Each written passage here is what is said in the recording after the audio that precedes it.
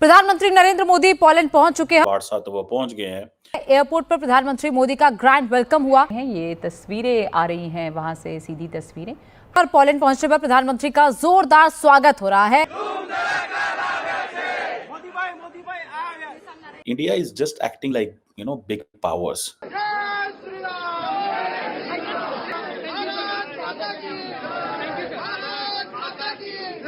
यहाँ रहने वाले भारतीय समुदाय में काफी उत्साह है। सो प्राइम मिनिस्टर मोदी जो है, कहा जा रहा है कि तकरीबन 45 साल के बाद कोई इंडियन प्राइम मिनिस्टर जो है वो पहुंच रहा है पोलैंड।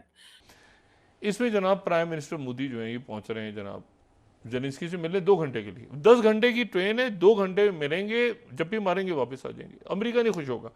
मुझसे आप लिखवा लें कि अमेरिका सिर्फ उस पार्टी के हाथ में देगा ये मामलात जो पार्टी दोनों फरीकों को बिठाने में कामयाब होगी। नमस्कार, जय हिंद, वंदे मातरम। दोस्तों, राज हिंदुस्तान में आपका स्वागत है। प्रधानमंत्री नरेंद्र मोदी 2 दिन के दौरे पर पोलैंड पहुंच चुके हैं। पाकिस्तान के साथ दुनिया भर की नजरें पीएम मोदी के इस दौरे पर हैं। आपको बता दें कि पीएम मोदी बुधवार को पोलैंड पहुंचे, जहां भारतीय समुदाय के लोगों ने पीएम मोदी का भव्य स्वागत किया और मोदी के स्वागत में डांडिया गरबा करके नृत्य की प्रस्तुति भी दी। पीएम मोदी गुरुवार को पोलैंड के प्रधानमंत्री डोनाल्ड टस्क और राष्ट्रपति आंद्रेज डूडा से मुलाकात करेंगे।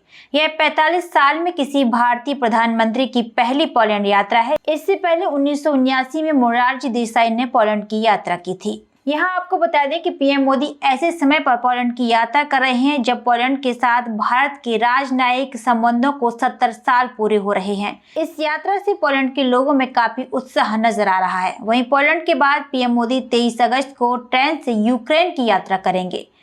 तो दोस्तों, आइए चलते हैं और देखते हैं कि पाकिस्तानी मीडिया का इस पर क्या कहना है। दोस्तों, भारत के वजीर आजम Narendra Modi Kyiv and Warsaw पहुंच रहे हैं। वार्सा तो वो पहुंच गए हैं और उनका जो नेक्स्ट डेस्टिनेशन है वो डेफिनेटली है कीव। वो यूक्रेन जाना चाहते हैं। अभी पिछले महीने तो आपको पता है वो रशिया में थे और अभी जो है वो वहाँ पे पहुंच रहे हैं।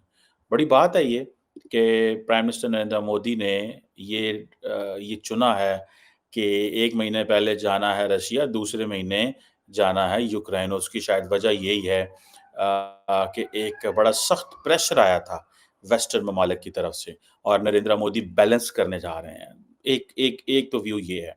लेकिन अब क्योंकि वो ये कर रहे हैं कि जिसे कहते हैं ना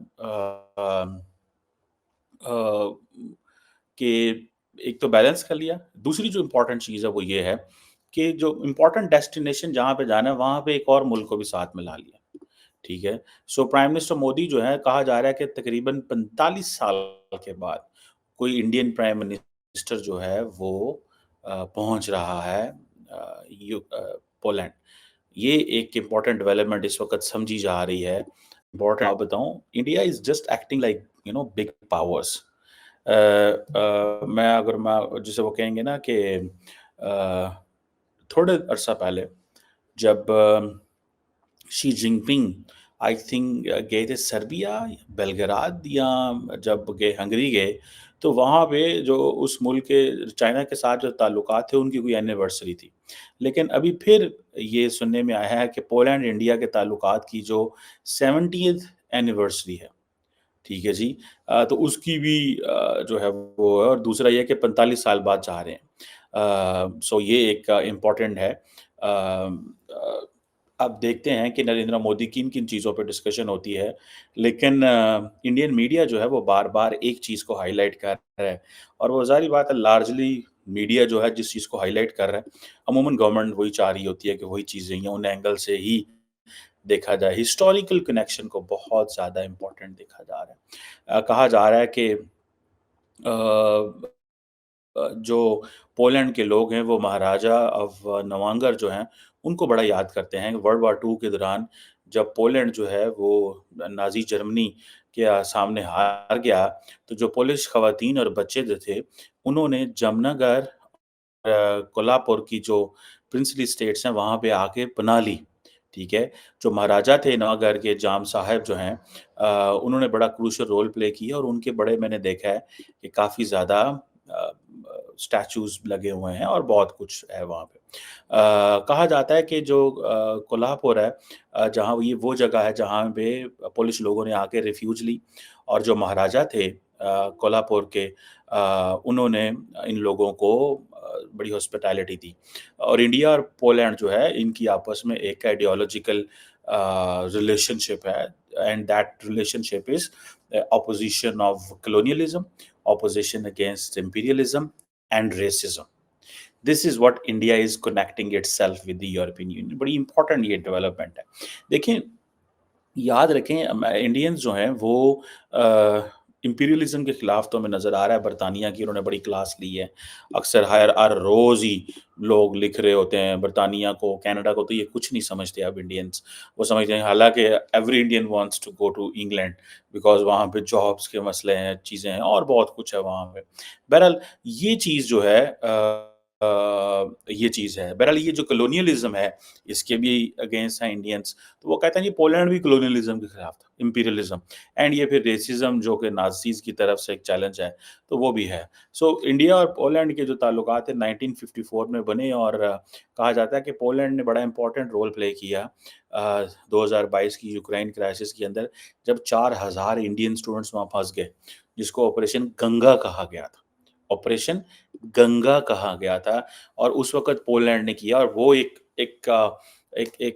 अच्छा रेफ़रेंस है जिसको इंडिया इस चीज़ को समझता है। शायद यही वजह है कि अब इंडिया जो है वो वेस्टर्न यूरोप से निकल के ईस्टर्न यूरोप पे आ रहा है। मैं इसकी भी पॉलिटिक्स एंड फॉरेन पॉलिसी पे बात करूँगा, लेकिन पहले ये थोड़ा हिस्टोरिकल ये एक कनेक्शन ज़रूर रहा है। तकरीबन 40,000 के करीब इंडियंस जो हैं वो पोलैंड में मौजूद हैं, और कहा जाता है कि ये 40,000 इतने ज़्यादा हैं कि दैट मेक्स अबाउट, आप समझ लें 0.25% जो टोटल पॉपुलेशन है पोलैंड की, थोड़ी सी तो उनकी पॉपुलेशन है। और महात्मा गांधी हो, जवाहरलाल नेहरू हो, इंदिरा गांधी हो, रविंद्रनाथ टैगोर हो, इन सब की जो नाम हैं इन लीडर्स के, उनकी पोलैंड की सड़कों पे हैं। पोलैंड की सड़कों के ऊपर इनके नाम हैं। और इंडियन जो क्लासिकल एंड कंटेम्प्रेरी डांस है, उसकी बड़ी क्लासेस होती हैं, ठीक है जी। 1000 योगा स्कूल हैं, 8000 योगा टीचर हैं पोलैंड के अंदर। सो इंडिया की बड़ी लंबी चौड़ी सॉफ्ट पावर है जनाब, उसके अंदर, पोलैंड के अंदर। डू नॉट अंडर एस्टिमेट, इस चीज़ को ना करें। 45 साल बाद अगर भारत का वज़ीर आज़म वहाँ पे जा रहा है, तो they are making it very very significant development कर रहे हैं वो।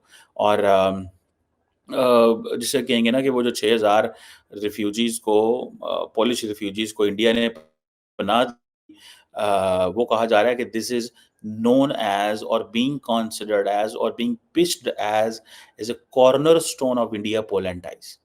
So मैंने अगले दिन भी ये कहा था, मैं वैसे इस पर किसी के साथ बात करेंगे कि जो वर्ल्ड वॉर 2 की हिस्ट्री है, उस वक्त तो सारे इंडिया पाकिस्तान सब इकट्ठे हुआ करते थे, बांग्लादेश तो, लेकिन इंडिया क्लेम्स कि ये सारा हम है, लेकिन पाकिस्तान नहीं करता। पाकिस्तान अपनी तारीख जो है वो 1947 से शुरू करता है। इसके ऊपर मैं बात करूंगा कि क्या पाकिस्तान भी इसको क्लेम कर सकता है या नहीं कर सकता, या बांग्लादेश भी कर सकता है कि नहीं कर सकता, और अगर नहीं कर सकता तो इसकी क्या वजूहात हैं। इस पे जारी बात है, एक there will be a question, there will be a discussion कि ये ऐसी क्या चीज़ है और क्या ऐसा है और कैसा नहीं है।